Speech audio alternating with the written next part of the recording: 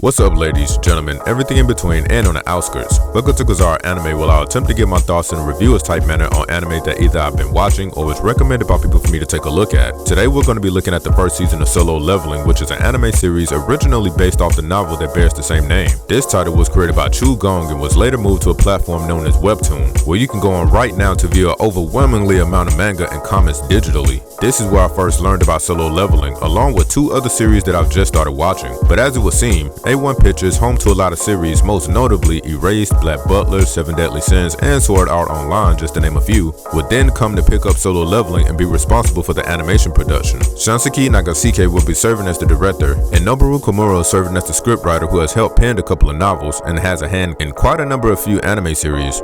But on to the story. So somewhere in the world, kind of like our own modern world, civilization has grown accustomed to the appearances of these gates that leads to another world filled with monsters. At first, humanity found this phenomenon quite surprising, but over time grew accustomed to it, and because of such event, people began noticing that they possess magical powers. Adjusting to this new normal, people began organizing these magic users and dubbed them hunters, all of which is separated into class and rankings based on the type of ability that the person possesses. The more powerful a person was, the higher the ranking is considered. To capitalize on the usefulness of these new discoveries held, these hunters will occasionally go to the other world via these gates to obtain and cultivate their resources, which would then be utilized to benefit the hunters and civilization. This can come in the form of minerals, raw materials, and etc. Enter our main character, Sung Jin-woo. He is considered the bottom of the barrel, weakest hunter ever amongst his peers. However, he possesses a good heart and is willing to protect and sacrifice for the sake of others, his family, and friends. His close friend Lee Ju-hee can agree, but all of that changed one day when he, his friend, and a couple of other hunters signed up to go on a mission within his dungeon.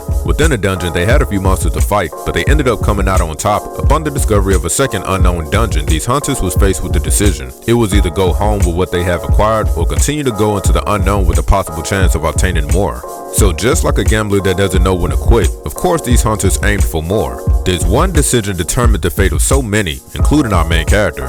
So let's just say some fun things happened, leading to Jin-woo acquiring the opportunity to becoming more of a powerful hunter, thus transforming him from this to this. Because of this particular incident that occurred, he is now facing with trying to figure out what his newfound abilities, strength, and this option that keeps dictating his growth means. Unfortunately, because of his deeds, he is beginning to attract some attention from entities that are curious about his existence, and for those who is close, his becoming. The music and original soundtrack was done by Hiroyuki Sawano, a music producer and arranger who has worked on many other IPs and has contributed his skills to many other animes such as Blue Exorcist, Seven Deadly Sins, Seraph of the End, Attack on Titan, and Bleach 1000-Year War, just to name a few. He also has another alias or name he goes by when he works with other artists. This also includes when he ventures out with the utilization of his vocals. This name is just his normal name with NZK added to the end. What does this stand for? I have no idea. But he also has put together a band by the name of Nak Vane, which actually has a few projects that's out. Of course, links to where you can find all the music will be in the description below. So when it comes to the music, it's cinematic and on point. The opening song Level that features the South Korean boy band Tomorrow Tomorrow is hype. Not to mention its upbeat tempo, and yes, lyrics are so relative. Allow me to recite the poetic words. I got to pay the bills. The bills. Yes, we all do.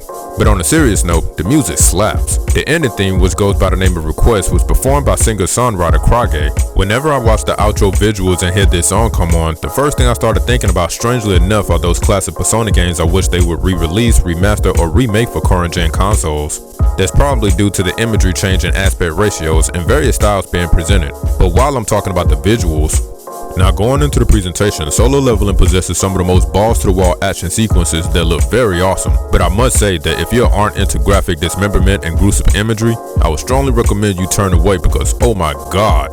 I am talking more so about the event that takes place during the beginning of the season that jump-started it all. Also, when it comes to the emotions of these characters, you can most definitely believe them. Not just because of the screwed up situations most often find themselves in, but due to the viewer having sympathy and understanding the severity of the situation that they find themselves in.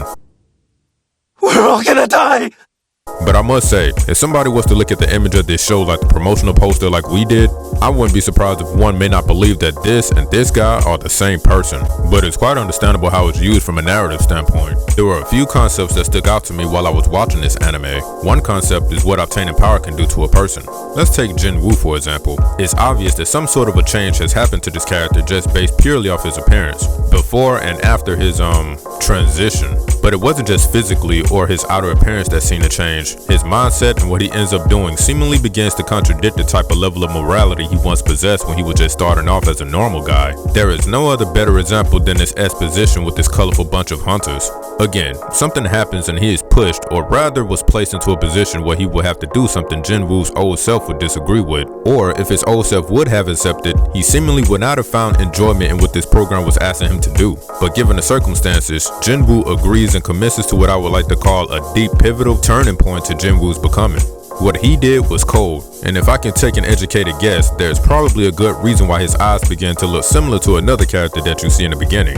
This seemingly drawback to his ascension may be his moral compass leading him to become this force of nature.